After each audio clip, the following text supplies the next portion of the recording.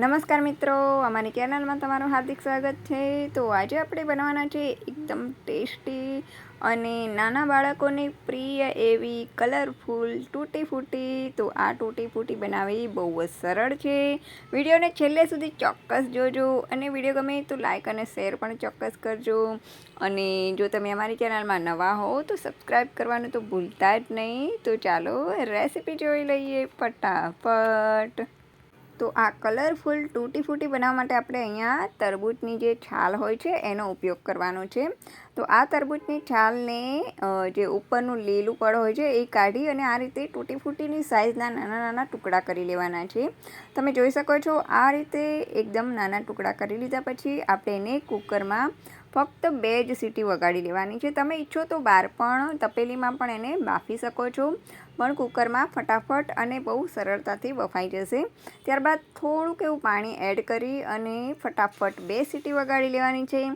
અહીં આપણે ફક્ત 2 જ સીટી વગાડવાની છે, વધારે સીટી નથી વગાડવાની। જો તમે વધારે સીટી વગાડી દેશો તો જે તરબૂચની છાલ છે તે એકદમ પોચી પડી જશે અને એનો આકાર પણ નહીં જળવાય। એટલા માટે ફક્ત 2 સીટીમાં આપણી જે તરબૂચની છાલ છે તે સારી રીતે બફાઈ જશે, એનો આકાર પણ એવો જ રહેશે।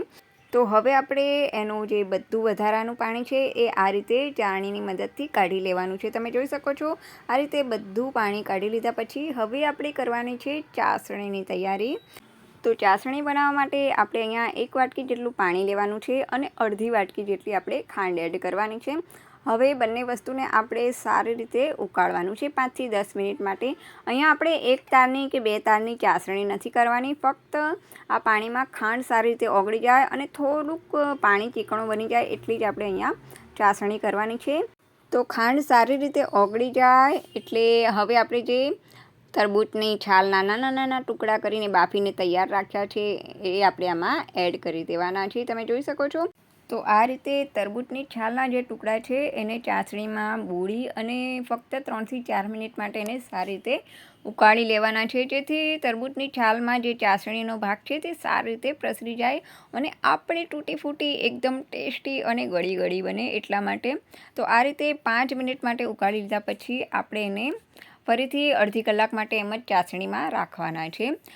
ચાસણીનું પાણી ઠંડુ થાય એટલે હવે આપણે એમાં કલર એડ કરવાનો છે।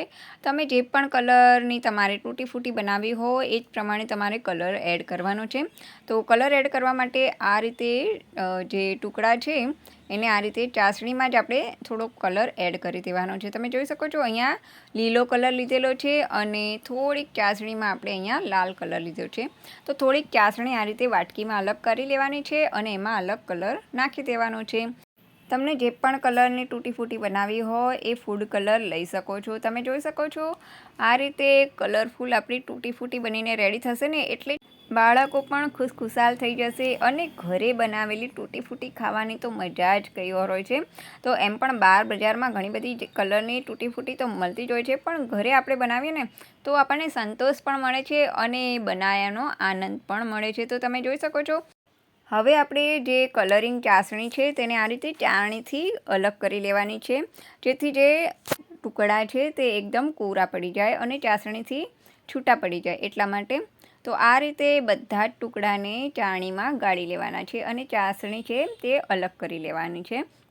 હવે ચાસણી દૂર થઈ જાય એટલે હવે આપણે એને થાળી પર આ રીતે છૂટા છૂટા પાથરી દેવાના છે। તમે જોઈ શકો છો એક થાળીમાં એક જ કલરના જે ટુકડા છે તેને આ રીતે પાથરી દેવાના છે અને જ્યાં સુધી એની ચાસણી સારી રીતે તડકામાં સુકાઈ ના જાય ત્યાં સુધી આપણે એને તડકામાં જ રાખવાનું છે।